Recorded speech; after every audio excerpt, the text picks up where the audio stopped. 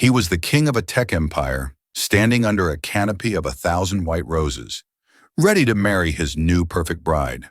She was his ex-wife, the woman who had sacrificed everything for his dream, now forced to serve drinks at his wedding in a cheap polyester uniform. When he saw her, he didn't see the woman who'd held him when he had nothing. He saw a ghost he needed to exorcise. With a smirk that dripped with cruelty, he called out for all his wealthy guests to hear, mocking her as a common maid. He thought he had finally broken her.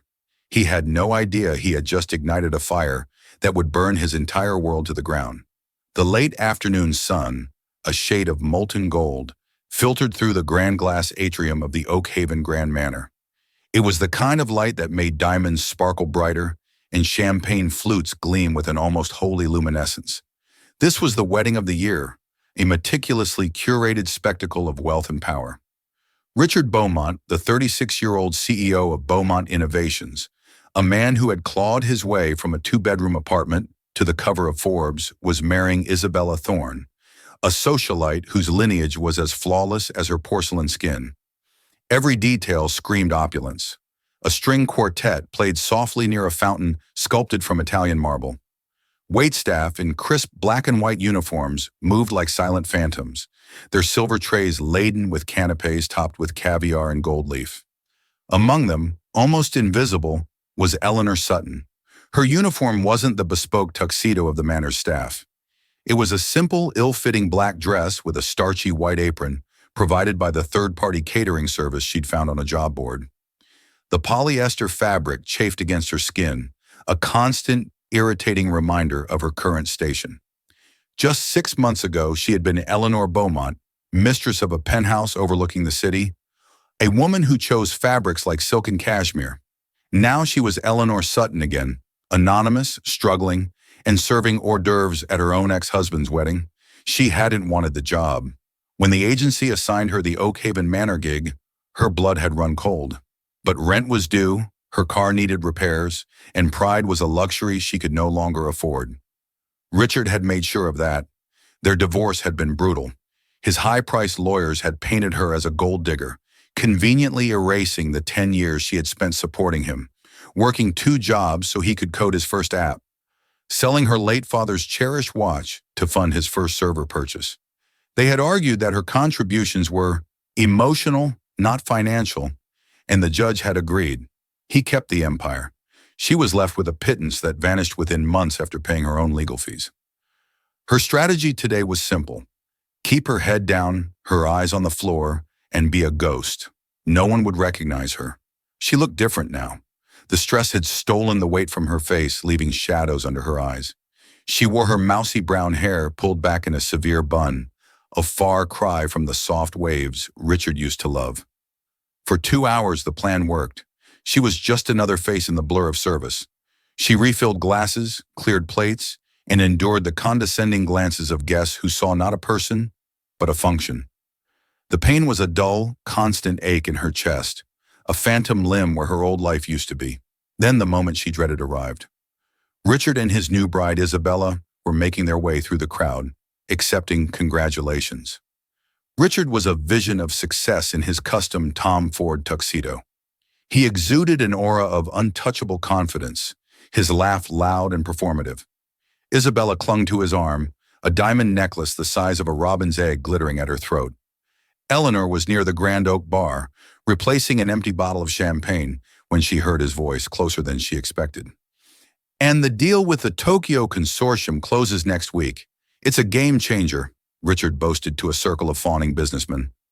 Eleanor froze, her back to him. "Don't turn around, just walk away." But her feet felt cemented to the floor. She could feel the heat of his presence, the familiar scent of his expensive cologne, a scent she had picked out for him years ago. It was Gregory Nash, Richard's longtime business partner, and the one man who had expressed sympathy for her during the divorce, who noticed her first. His eyes widened slightly in recognition and pity. He gave a subtle, almost imperceptible shake of his head, a silent warning. But it was too late. Richard followed Gregory's gaze. His eyes landed on her. For a split second, a flicker of confusion crossed his face. Then it was replaced by a slow, cruel dawn of recognition. A smirk, venomous and triumphant, spread across his handsome features. He saw her cheap uniform, the tray in her hand, the exhaustion in her posture, and he saw an opportunity. He deliberately raised his voice, ensuring the entire circle of his sycophantic guests could hear. "Excuse me, waitress," he called out, his tone dripping with theatrical condescension. Eleanor's heart hammered against her ribs. Every instinct screamed at her to run, to disappear, but she was trapped. Slowly, mechanically, she turned to face him. Her eyes, which once looked at him with love and adoration, were now a flat, guarded gray. "Yes, sir," she managed, her voice a reedy whisper. Richard let out a short, sharp laugh. "I knew you looked familiar. Isabella, darling, look at this. It's my ex-wife, Eleanor." Isabella Thorne, who had been smiling placidly, looked Eleanor up and down with a delicate, dismissive frown. It was the look one might give a piece of furniture that was slightly out of place. "Oh," Isabella said, her voice tinkling like ice in a glass. "How quaint," the guests murmured, their eyes darting between the triumphant CEO and the woman in the server's uniform. The air grew thick with a perverse, voyeuristic tension. Richard stepped closer, invading her personal space. He lowered his voice to a conspiratorial growl, but it was still loud enough for those nearby to hear. "Well, well, Eleanor. Looks like you finally found your station in life. You always were better at serving than at anything else. Tell me, do you get to keep the tips?"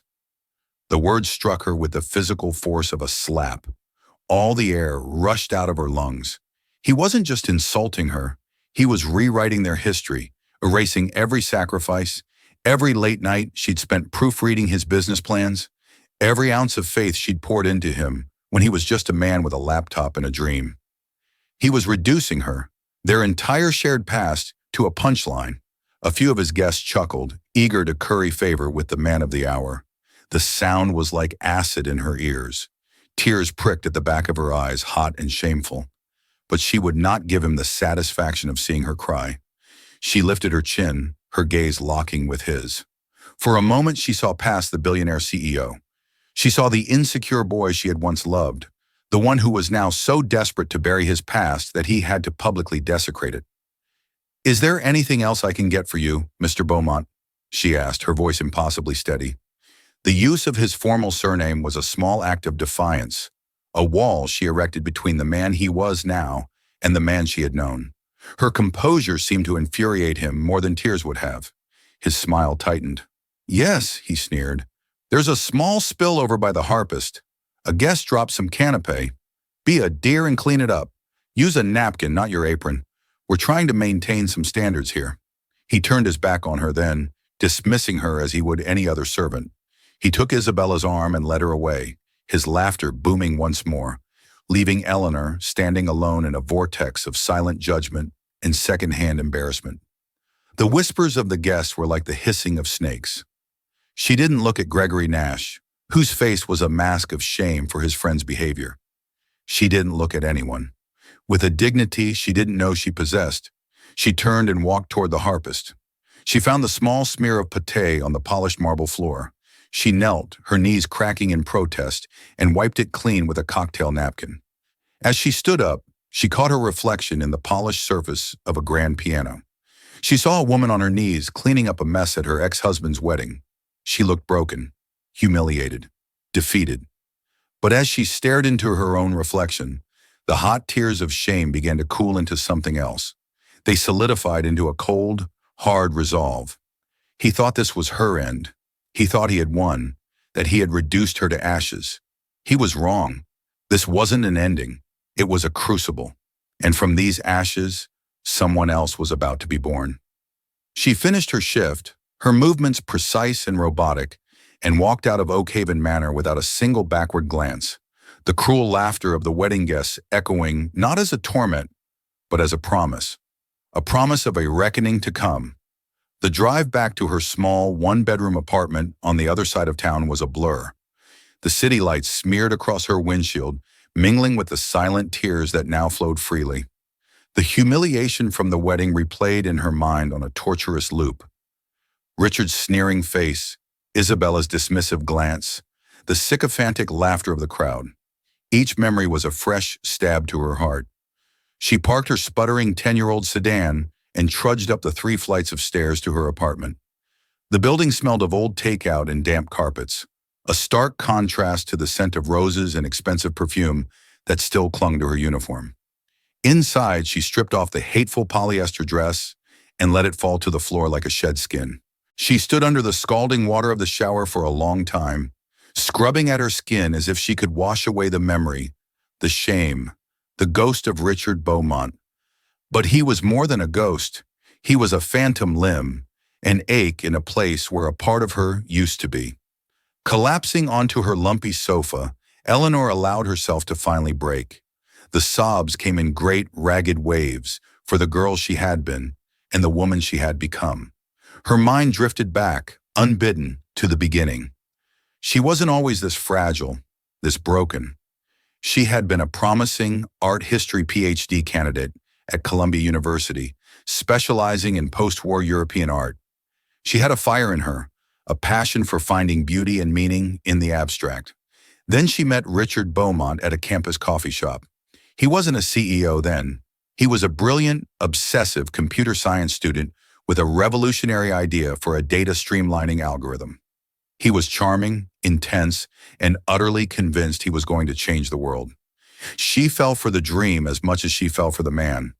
When his student loans ran out, she dropped out of her PhD program, just for a year, they'd said, to work as a paralegal and a waitress to support them. The years stretched into 2, then 5. Her academic ambitions were packed away in a box, gathering dust under their bed. When his parents refused to mortgage their home to give him seed money, Eleanor, without a second thought, sold a small collection of rare first-edition books her grandfather, an avid collector, had left her. The $50,000 from that sale became the initial investment for Beaumont Innovations. She remembered the look on his face, pure, unadulterated gratitude. "I'll pay you back 1,000 times over, Elle," he had whispered, his eyes shining. "We're a team. This is our company." For years, they were a team. She managed the books, handled the HR for their first few employees, and was his sounding board for every decision. She celebrated every small victory and held him through every crushing setback. Her life became a supporting role in the grand production of his success. The success came, slowly at first, and then like a tidal wave. The company went public. The awkward coder from the coffee shop became a tech mogul. The money changed him. The we slowly became I. He started saying, "When I built this company and my vision," he grew embarrassed by their humble beginnings. He traded their cozy apartment for a sterile penthouse.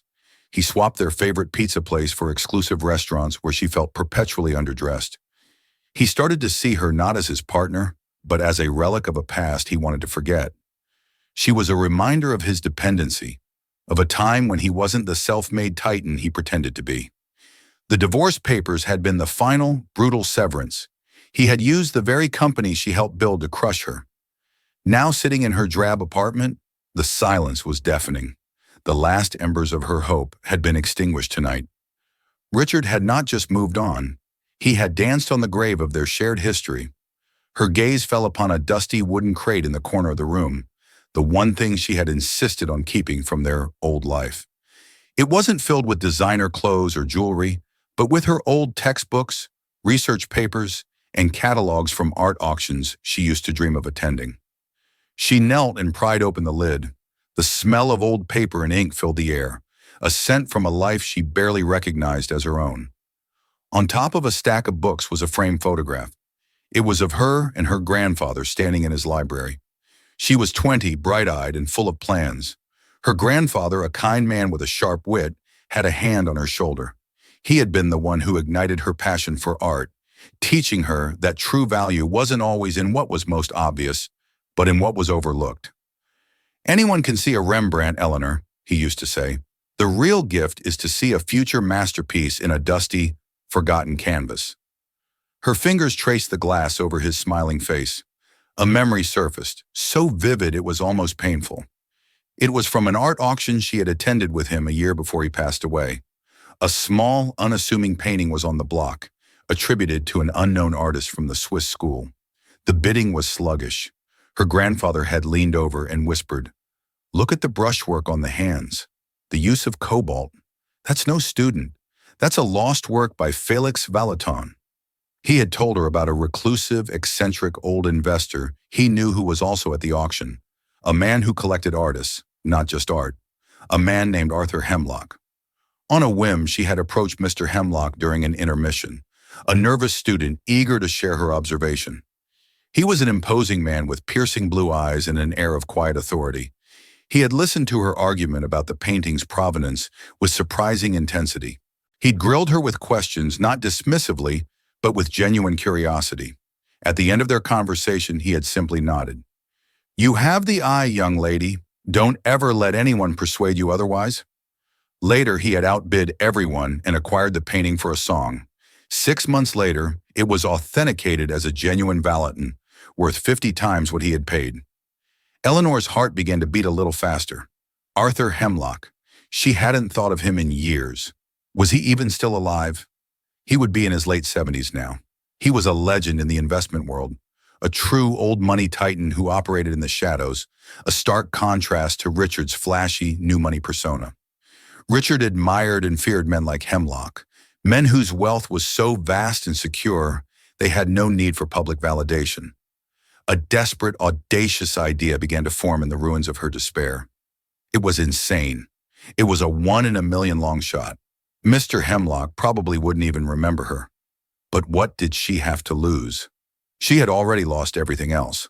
Her hands trembled as she pulled out her laptop. The screen illuminated her tear-streaked face. She began to type, her fingers flying across the keys. She wasn't searching for jobs anymore. She was researching. She pulled up old articles, investment portfolios, and public records. She found that Hemlock was still very much active, operating through a discreet private equity firm, Hemlock Holdings. He had no public email, no social media, no easy point of contact. He was notoriously private. But Eleanor had spent a decade supporting a tech genius. She knew how to dig. She cross-referenced charity board memberships with university alumni databases. She remembered her grandfather mentioning Hemlock was a benefactor of the New York Historical Society. After 2 hours of relentless searching, she found it. A single obscure email address from an old donor list, linked to his private foundation. Her finger hovered over the compose button. What could she possibly say? "Dear Mr. Hemlock, you met me once over a decade ago. My billionaire ex-husband just humiliated me at his wedding, and I have a crazy idea." No, that was the voice of the victim, the woman Richard had mocked. She had to channel someone else. She had to channel the sharp, passionate PhD candidate he had once admired. She took a deep breath, the cold resolve she'd felt at the wedding returning, stronger this time. She began to write. She didn't mention Richard. She didn't mention her divorce or her financial ruin. She kept it professional, concise, and bold. Subject: a proposition regarding overlooked assets. A follow-up from the Valaton auction. Dear Mr. Hemlock, you may not recall our brief meeting over a decade ago at a Sotheby's auction, where we discussed the potential provenance of a misattributed Swiss school painting.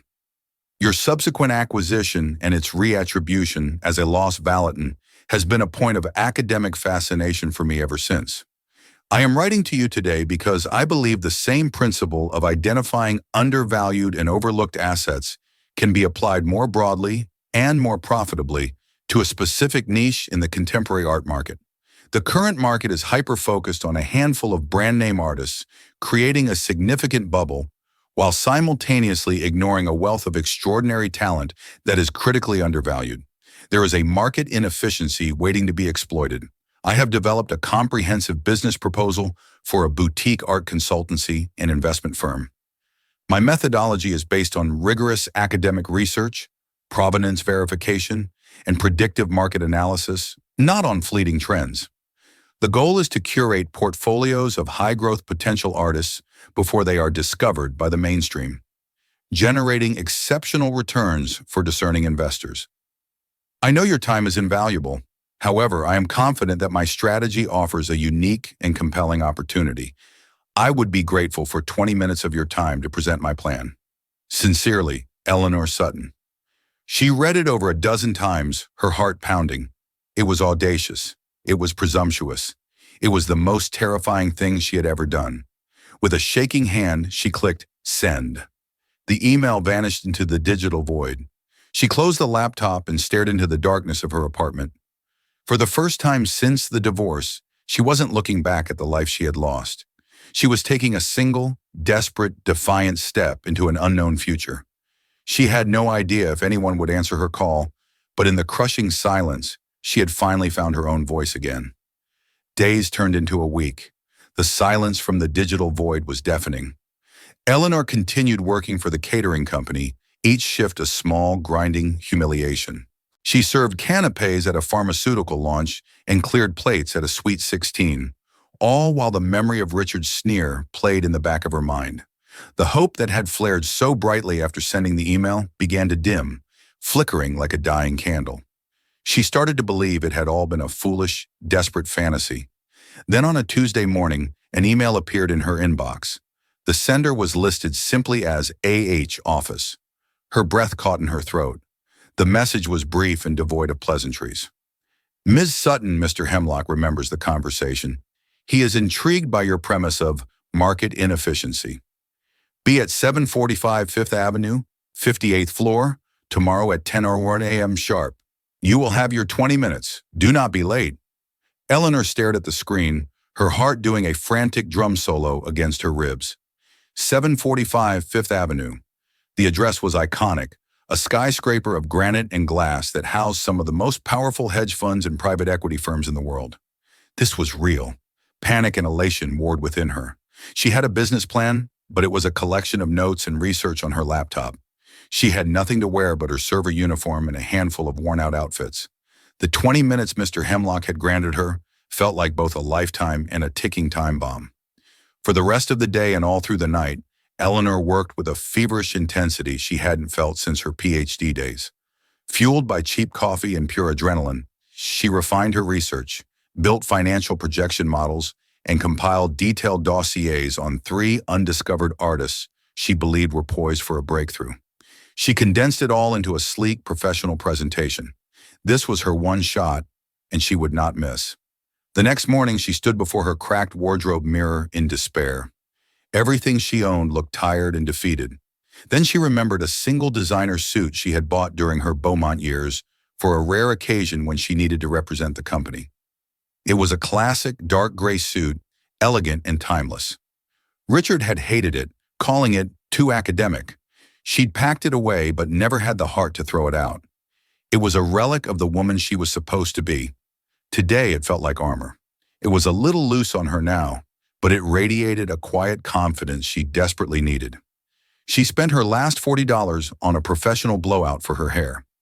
Stepping into the opulent marble and mahogany lobby of 745 Fifth Avenue, she felt a flicker of the old insecurity, but she pushed it down, straightened her shoulders, and walked to the elevator bank with purpose. On the 58th floor, the doors opened to a silent, minimalist reception area. The name on the wall was simply Hemlock. No holdings, no ink. Just the name, etched in understated steel. It was a statement of pure, unadulterated power.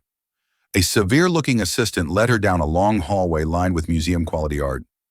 Eleanor recognized a small Giacometti sculpture and what looked like an early Rothko. It was a private gallery disguised as a corridor. Finally, they reached a pair of large oak doors. The assistant opened one and announced, "Ms. Sutton." Arthur Hemlock was not sitting behind a large, imposing desk. The office was more like a library, with floor-to-ceiling bookshelves, comfortable leather armchairs, and a large window offering a breathtaking view of Central Park. He was standing by the window, a man in his late 70s, looking just as imposing as she remembered, but with an air of profound stillness. He turned, his piercing blue eyes appraising her from head to toe. "Ms. Sutton," he said, his voice a low rumble, "you look different from the catering staff at the Beaumont wedding." Eleanor froze. He knew. Of course he knew. A man like Arthur Hemlock knew everything. The carefully constructed professional facade she had built threatened to crumble. He saw the flicker of panic in her eyes. "I have a small stake in the company that owns the Oakhaven Manor," he explained. a flicker of something unreadable in his eyes. I receive reports. The incident was noted. It was vulgar. He gestured to one of the armchairs. Sit. Your 20 minutes started when you stepped out of the elevator. His directness, while startling, was also liberating. The pretense was gone. He knew her circumstances. Now all that mattered was the substance of her proposal. Eleanor took a steadying breath and began. She didn't plead or offer a sob story. She spoke with the passion and precision of the academic she once was. She laid out her thesis. The art world's celebrity culture had created a bubble, and like all bubbles, it was destined to pop. The real sustainable value, she argued, lay in artists with true technical skill and a unique voice who were being ignored by the mainstream galleries who chased trends. She presented her three target artists: a hyper-realistic sculptor from Portugal working with recycled materials, a German painter who used forgotten Renaissance glazing techniques to create unsettling modern portraits, and a young indigenous American photographer whose work explored themes of identity and landscape. For each, she had a complete dossier: their history, their technique, their small but growing critical acclaim, and her financial projections for their work's value over the next 5 and 10 years. She spoke for exactly 19 minutes. When she finished, the room was silent. Arthur Hemlock stared at her, his expression unreadable. He steepled his fingers, his gaze intense. "You're proposing a fund," he said, not as a question, but as a statement. "I'm proposing a boutique firm," she corrected gently. "Sutton Curations. A fund implies a broad, diversified portfolio. I'm advocating for a surgical, curated approach. We don't just buy art, we cultivate artists. We provide them with resources, connect them with critics, and strategically place their work to build their reputation. We invest in the creator as much as the creation. It yields a higher return and builds a more stable asset." Hemlock was silent for another long moment. Then he stood up and walked to a large, antique globe in the corner of the room. He gave it a slow spin. "Your ex-husband," he said, his back to her, "is a peacock. He built a company on a single brilliant idea, and now he spends all his time preening his feathers, convinced of his own genius. He buys art that screams, 'I am rich.' Loud, obvious pieces by artists everyone has heard of. It's not investment, it's decoration. A validation of his ego." He turned back to face her. You have the eye, just as you did a decade ago. You see the substance behind the style. You see the volatin in the dusty frame." He walked over to his desk, picked up a pen, and scrawled a figure on a notepad. He turned it around for her to see. $10,000. Eleanor's breath hitched. She couldn't speak. "That's your seed capital," Hemlock said calmly. "Hemlock Holdings will be a silent majority partner, 70% equity. You will be the managing director with full operational autonomy and a 30% stake that vests over 4 years. You will take a respectable but not extravagant salary. The profits, however, we will share according to our equity. I will provide the capital and the connections. You will provide the eye and the work ethic. Is that agreeable?" Tears welled in Eleanor's eyes, but these were not tears of shame or sorrow. They were tears of overwhelming, shocking gratitude. She could only nod, unable to form words. "Good," Hemlock said, already moving on. "My legal team will have the paperwork drawn up by the end of the day. You'll have an office in this building by Monday. Hire an assistant. Start with the Portuguese sculptor. I like his use of industrial decay. It's a commentary on late-stage capitalism. It will sell." He walked her to the door. As she was about to leave, he placed a hand gently on her shoulder. "One more thing, Miss Sutton," he said, his voice softer now. "Revenge is a vulgar motivation. It's a dish best served, as they say, cold. But I have found in my life that overwhelming, undeniable success is a far more satisfying repast. Don't do this to spite Richard Beaumont. Do this for the brilliant woman he was too foolish to see." The months that followed were a blur of relentless work. Eleanor moved into a small but sleek office on the 40th floor. She hired a sharp, young art history graduate as her assistant. She flew to Lisbon, Berlin, and Montana, meeting with the artists she had identified. She wasn't the tentative, beaten-down woman from the wedding anymore. She was Ms. Sutton, the founder of Sutton Curations, a woman with a $10 million war chest and the silent backing of a financial legend. She was shrewd, empathetic, and utterly tireless. She negotiated with a steely resolve that surprised even herself. She pored over contracts, arranged studio visits for influential critics, and used Hemlock's network to place key pieces in important collections, creating a buzz in the art world's inner circles. The transformation was profound. She started dressing the part, not in flashy clothes like Isabella, but in elegant, powerful pieces that mirrored her newfound confidence. The shadows under her eyes were replaced by a determined gleam. She was no longer a supporting character in someone else's story. She was the author of her own. 6 months after her meeting with Hemlock, Sutton Curations made its first major splash. Eleanor brokered a private sale of a single sculpture by her Portuguese artist to a renowned Swiss museum for $1.2 million. A piece she had acquired for the firm for just $80,000. The art journals and financial papers took notice. Mysterious new firm, Sutton Curations, redefining art investment. One headline read. Eleanor allowed herself a small private smile. She was no longer a ghost. She was a player, and she was just getting started. Richard Beaumont had no idea that the woman he had tried to erase was now quietly building an empire in his own backyard, piece by valuable piece.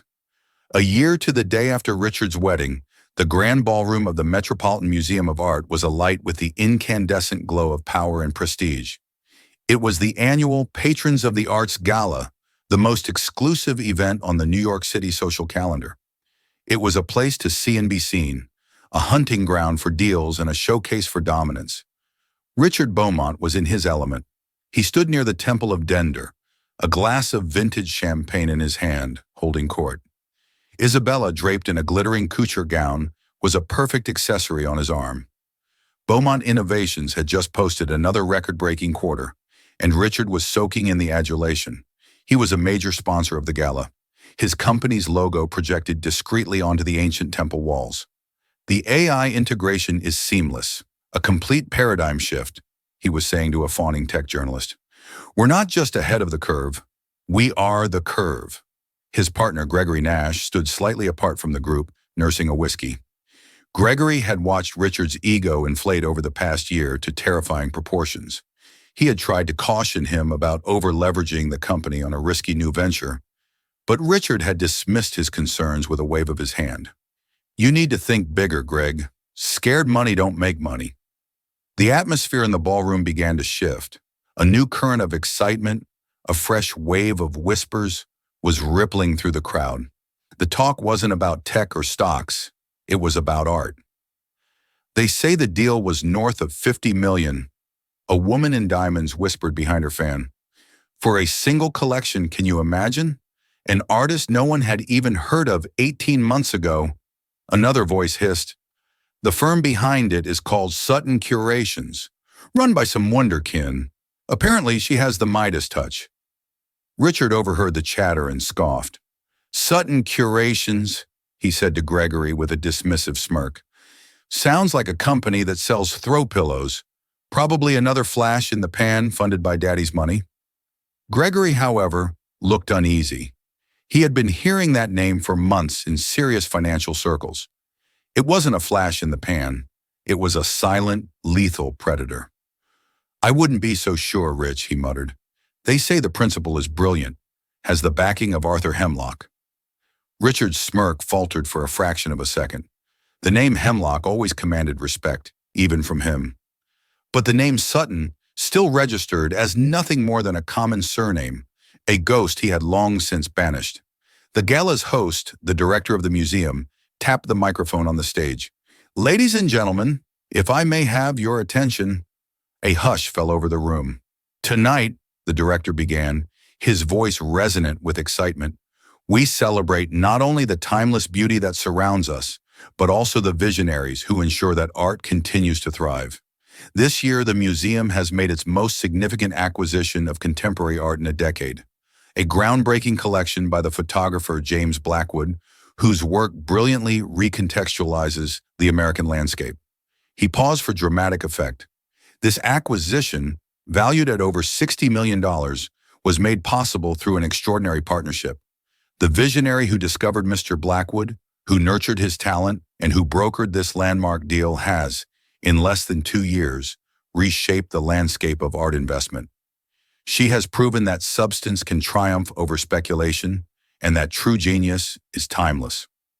Richard shifted impatiently, bored by the speech. He wanted the focus back on him, the titan of tech. Isabella was busy scanning the crowd for rival socialites. "Ladies and gentlemen," the director boomed, "it is my profound honor to introduce the founder and managing director of Sutton Curations, the brilliant mind behind this historic acquisition. Please welcome Ms. Eleanor Sutton." The name hit the air like a sonic boom. Richard froze mid-sip, the champagne flute trembling in his hand. Sutton? Eleanor Sutton? It couldn't be. A wave of cold dread washed over him. He turned his head toward the stage, his mind refusing to process what his ears had just heard. And then he saw her.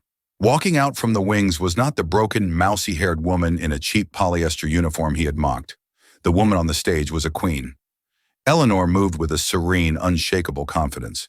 She was wearing a bespoke gown of deep emerald silk that clung to her frame, accentuating a strength and grace he had never seen in her. Her hair was styled in an elegant chignon, and a simple but stunning pair of diamond earrings, a personal gift from Arthur Hemlock, were her only adornment. She wasn't just beautiful, she was formidable. Her presence commanded the entire room. A collective gasp went through the crowd. Hundreds of eyes darted from the luminous woman on the stage to the ashen-faced CEO standing by the temple. They remembered. Everyone who had been at the wedding, who had heard the cruel jokes and witnessed the humiliation, remembered. The connection was made in an instant, a silent, shocking thunderclap of realization. Isabella's perfectly made-up face was a mask of disbelief. Her hand, which had been resting on Richard's arm, fell away as if she'd been burned. Gregory Nash simply stared, a slow smile of pure, unadulterated admiration spreading across his face. Eleanor stepped up to the podium, her calm gaze sweeping over the sea of stunned faces. Her eyes met Richard's for a fleeting, electrifying moment. There was no hatred in her gaze, no anger. There was nothing. It was the cool, dispassionate look of a victor, and it was more terrifying than any curse. The flash bulbs of the press, which had been aimed at Richard all evening, now swiveled and exploded in a volley of light, all directed at her. In that moment, Richard Beaumont, the king of his own universe, became a background character. He was eclipsed, utterly and completely, by the ghost he thought he had destroyed. The world had not just forgotten him, it had tilted on its axis, and Eleanor was now the sun. The shock was so profound, so absolute, that all he could do was stand there, his world crumbling in the blinding glare of her triumph.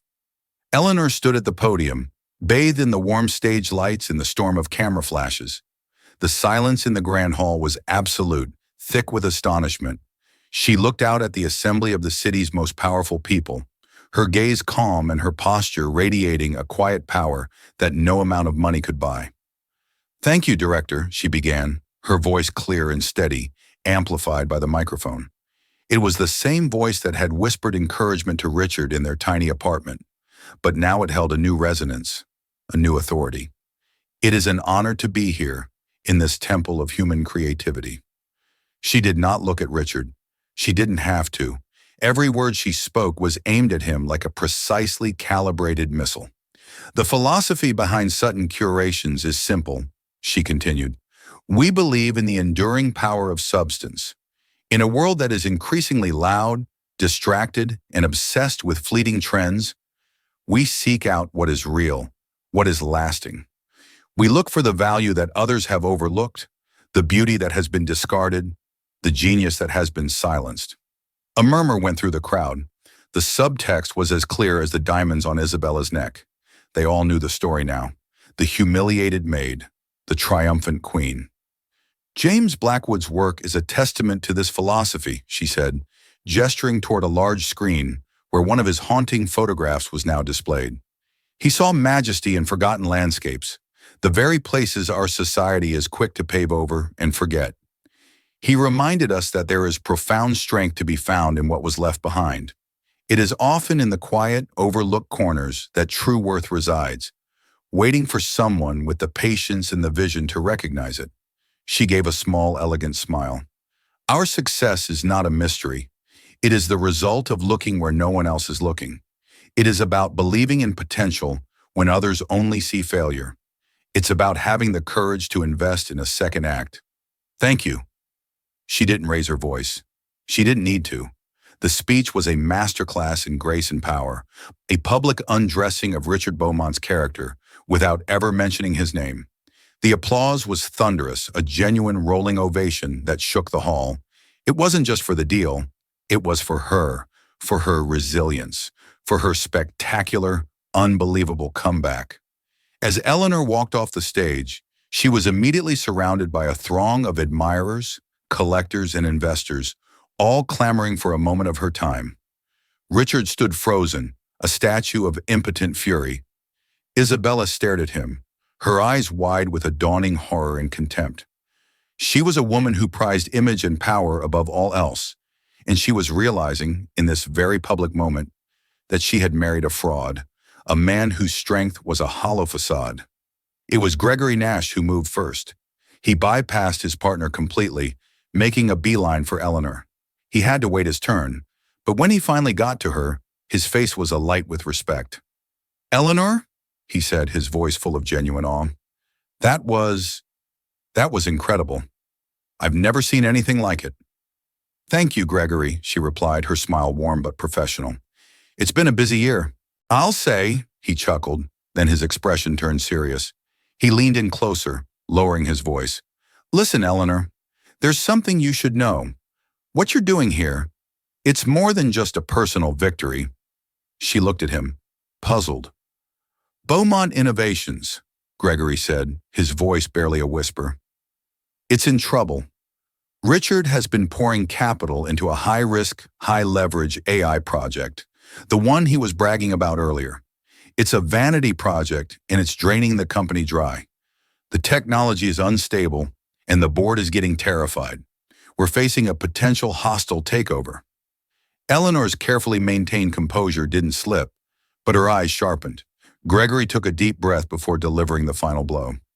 "The primary investment group leading the quiet acquisition of our stock, the ones positioning for the takeover, they're operating through a holding company." He paused, letting the weight of his next words sink in. "It's Hemlock Holdings." The world seemed to slow down. The noise of the gala faded into a distant hum. Arthur Hemlock hadn't just funded her comeback. He had been playing a much larger, longer game. "And there's more," Gregory continued, his eyes wide. "The rumor on the street is that Hemlock has given proxy control of his entire voting bloc in Beaumont Innovations to a new, trusted advisor." Eleanor's mind raced, connecting the dots with dizzying speed. The board meetings Hemlock had invited her to sit in on, the financial reports for Beaumont Innovations he had asked her to analyze under the guise of market research. It wasn't just training, it was preparation. She was now one of the largest, most powerful stakeholders in her ex-husband's company. She held his fate in her hands. Just then, the crowd around her parted. Richard Beaumont stormed toward her, his face a mottled mask of rage and disbelief.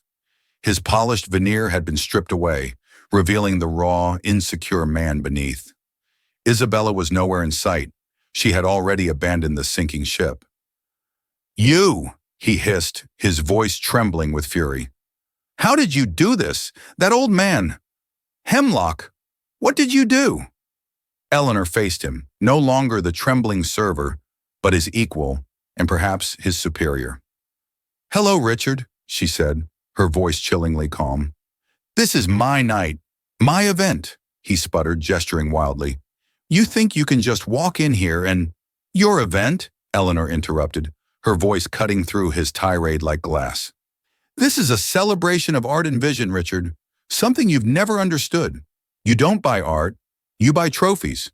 Just like you don't build partners, you acquire assets. And when they no longer serve to inflate your ego, you discard them." His face went pale. "This was never about revenge," she said, echoing Hemlock's words. "This is about business.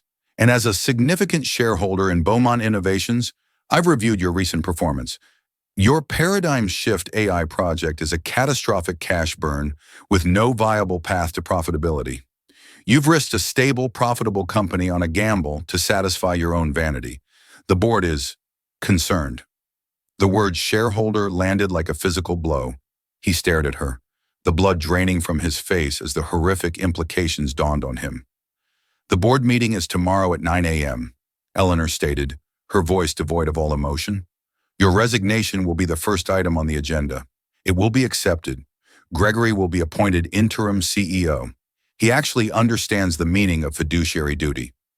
Richard looked from Eleanor's cold, determined face to Gregory's grimly resolved one. He was cornered, outmaneuvered, and utterly defeated. The architect of her public humiliation was now facing his own, far more permanent ruin, delivered by her hand. "You can't," he whispered, the last of his bluster gone, replaced by a pathetic plea. "Eleanor, please, everything I built." "You mean everything we built," she corrected him softly for the last time. "And now I'm simply protecting my original investment." She held his gaze for a final moment, then turned without another word and walked away, rejoining the circle of admirers who were waiting for her. She didn't look back. Richard Beaumont was left standing alone in the middle of the grand hall, a relic in his own museum of success. The flashes of the cameras, the whispers of the crowd, the projection of his company's logo on the ancient stone walls, it was all for nothing. He had tried to mock his ex-wife as a maid, and in return, she had calmly and quietly taken his entire kingdom. In the end, Eleanor's story became a legend whispered in boardrooms and galleries across the city. It wasn't just a tale of revenge, it was a powerful testament to resilience, integrity, and the quiet, unyielding strength of a woman who refused to be defined by the man who tried to break her. She never sought to destroy Richard for the sake of vengeance. Instead, she focused on building herself, and in doing so, she created a success so total and undeniable that his world simply couldn't exist in the same orbit. She continued to lead Sutton Curations to staggering new heights, becoming one of the most respected names in the art world, forever proving that the greatest masterpiece she ever curated was her own life. What did you think of Eleanor's incredible journey? Was her final move the perfect checkmate? Let us know your thoughts in the comments below. If you were inspired by her story of triumph over betrayal, don't forget to hit that like button, share this video with someone who needs a dose of inspiration, and subscribe to our channel for more unforgettable stories.